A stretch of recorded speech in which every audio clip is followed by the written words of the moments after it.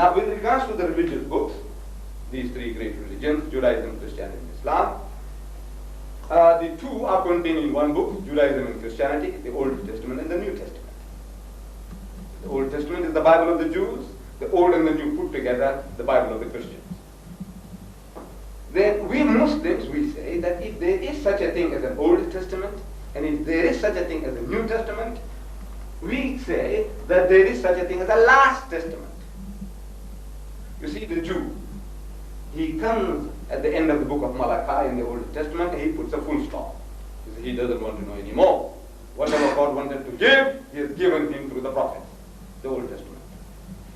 The Christian feels that the Jew is doing injustice to himself by not coming a step forward into greater knowledge and revelation of God. The Muslim says the same thing to the Christian. He says, you too are doing the very same thing that the Jew is doing. You come to the end of the book of Revelation, you also put a full stop. So why don't you come forward a step further and look into this last and final revelation of God, which we say is contained in the Holy Quran.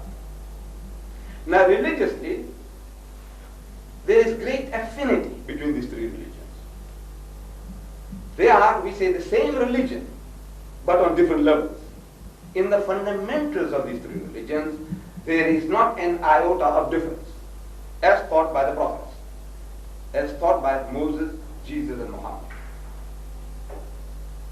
If we take the first commandment of the Jews, the first commandment, in Hebrew, this is what it sounds like. The Shema Israel Adonai Eloheinu Adonai Echad, which means literally, hear, O Israel, the Lord our God, the Lord is one. This is the first commandment as given by God through Moses and as recorded in the Old Testament.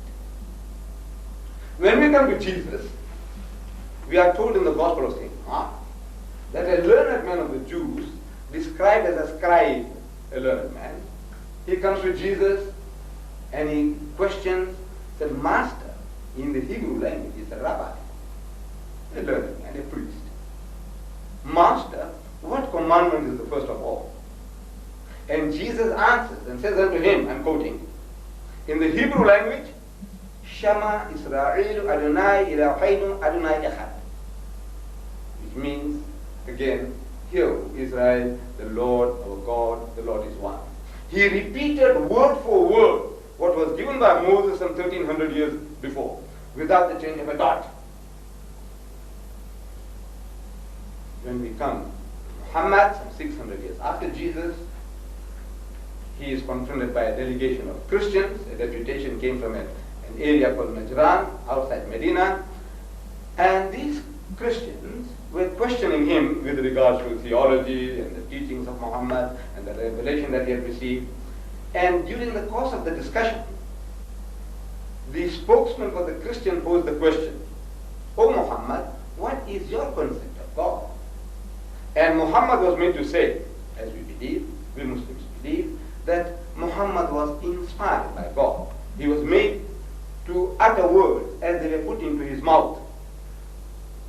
So he was made to say, as it is contained in the 112th chapter of the Holy Quran, Qul huwallahu ahad, say, he is God, the one and only.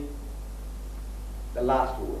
Ahad, ahad means one and only. Jesus said echad means one and only. Moses said echad, which means one and only. What is the difference between these three? Actually, it's the same word meaning the same thing. The Hebrew language is said echad, Arabic is ahad.